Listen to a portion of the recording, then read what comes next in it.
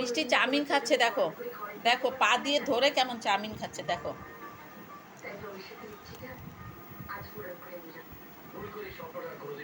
মিষ্টি কেমন চাউমিন খাচ্ছে তোমরা দেখো সবাই। মিষ্টি, উই বাবা রে, দেখো কেমন করে চাউমিন খাচ্ছে পা দিয়ে ধরে।